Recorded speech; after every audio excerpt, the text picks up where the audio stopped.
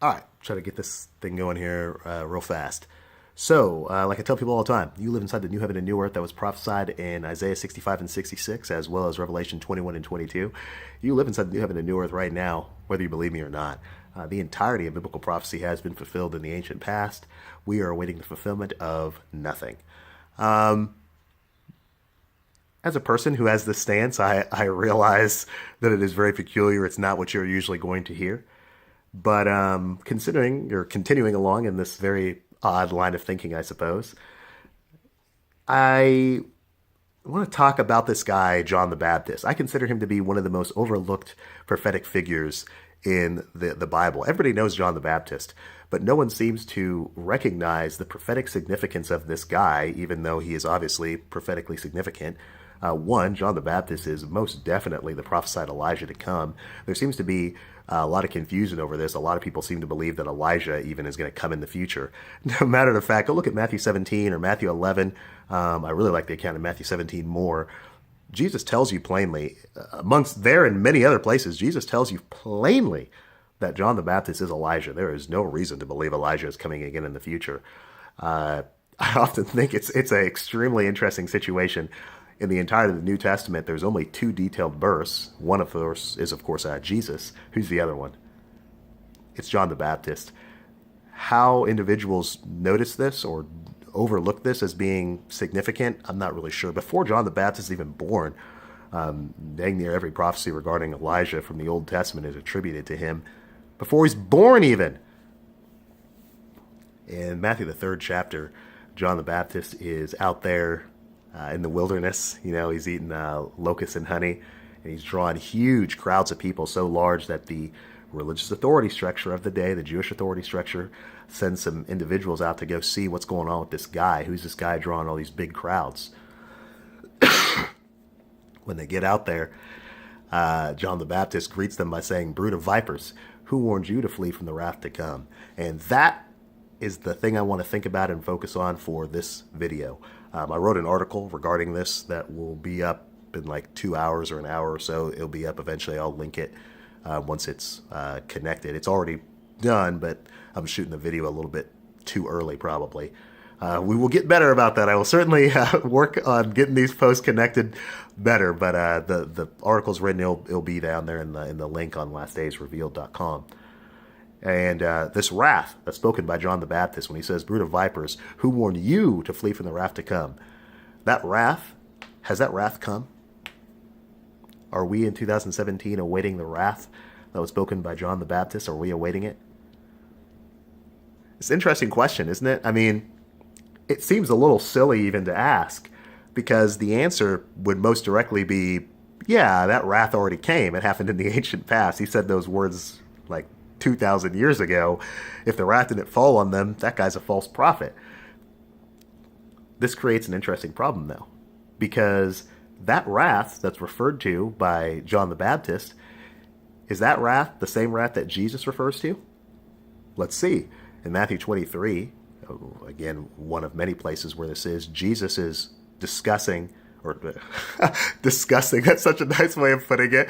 You know, in Matthew 23, it's all woe on the scribes and Pharisees, right? The religious authority structure of the day. What does he refer to them as? Brood of vipers. Who warned you to flee from the judgment to come? How can you escape the judgment to come? Well, look, if the judgment hasn't come, then they definitely escaped the judgment. It did not fall on them. No wrath fell upon them if they went to their graves as old men, you know, and the wrath fell on those people. It fell on them just like Jesus said. So Jesus and John the Baptist have unity regarding the wrath. The judgment of God is coming upon them. John the Baptist says that his winnowing fan is in his hand. That's, again, a reference to the judgment, the separation of the wheat and the chaff. What happens to the chaff? It's burned up in unquenchable fire. That's judgment language. You see, the judgment's coming upon these people. It's not falling on us today. Now, take this one step further. Let's go to Revelation. Revelation's all about that wrath of God, right? That's falling upon the earth, if you will. Is the wrath of Revelation the same wrath that Jesus spoke about in the gospel? If it is, it is. But if it is, then that means that this wrath is also connected to the same wrath that John the Baptist spoke of. So you turn to a passage like Revelation 18. I sometimes am just baffled by the numerous theories about Babylon in Revelation. Look, I should probably write something about this at some point in time. I think I definitely will. Babylon in Revelation is Jerusalem. It's definitely Jerusalem. No other place can qualify as being Babylon in Revelation except for Jerusalem. Okay,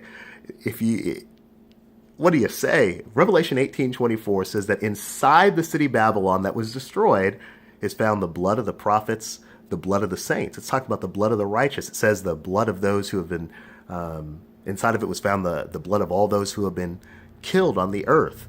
That's the exact indictment that Jesus gives to the religious authority structure, the Jewish authority structure, back during the gospel account. If you read Revelation 18:24, and then go to Luke chapter 11, verses 50 and 51, as well as Matthew 23, verses 34 through 36, it's the same indictment. No person, when I've brought this up in personal conversation, no person can deny this. Thus, the wrath of Revelation is falling on the first century Jewish authority structure primarily. It's falling on them. This screws with our mind, I think. And sometimes I really think it might be better for people to believe that the wrath is in our future, because it creates a very funny problem, even in my own self, when I stop to consider that the judgment, the wrath that's being spoken of, that I have thought all my life, if you will, was in our future. According to the text, that is falling on them. So look, John the Baptist is an extremely significant prophetic character. That guy baptizes the Messiah, for crying out loud. I think he's the only person in the New Testament that has a recorded beheading. Other people are killed, of course. But I think he might be the only one in the New Testament, one of very few people in the Bible whose head is cut off, at least recorded to be cut off. Every prophecy regarding Elijah is attributed to him directly, so he's definitely Elijah. Jesus even says he's Elijah in Matthew 17, in Matthew 11, amongst numerous other places. And John the Baptist, he speaks about the wrath that is coming. But who is the wrath coming to? The wrath is falling upon the brood of vipers, who is the Jewish authority structure of the day. So let's wrap this up. The New Testament has a clear good guy and bad guy side. Who's on the good guy side? Well, the people on the good guy side are Jesus and his followers. So who are the people on the bad guy side? The people on the bad guy side are the people that are against Jesus and his disciples. And who are those people? It's the Jewish authority structure. Okay? The Jewish authority structure was destroyed. In fact, it does not even exist today. It was destroyed in 70 AD by the Romans when they destroyed Jerusalem, most notably the temple. This, of course, is the wrath of God that was brought upon the then current generation. We are misguided in the way that we think. People are thinking that Jesus is going to return in our future, and he is going to essentially kill the billions of people who do not believe in him. That is not what is being detailed in the New Testament text. What is being detailed in the New Testament text is that he is going to kill the unbelievers, certainly. But who are the unbelievers? The unbelievers are the people that killed the Messiah. The unbelievers are the people that are persecuting the disciples all throughout the earth. The unbelievers are people like Paul before his conversion. The synagogue of Satan, then, is referring to the Jewish authority structure in their peoples, if you will. The wrath of John the Baptist is the same wrath that's spoken of by Jesus, which is the exact same wrath which is in Revelation. And that wrath has already come. That judgment already came. And it fell on the first century Jewish authority structure. 70 AD is the completion of the fulfillment for biblical prophecy then. And that's really all there is to it. I realize that many people believe different things, but that's where we are. That's it. Oh, one other thing.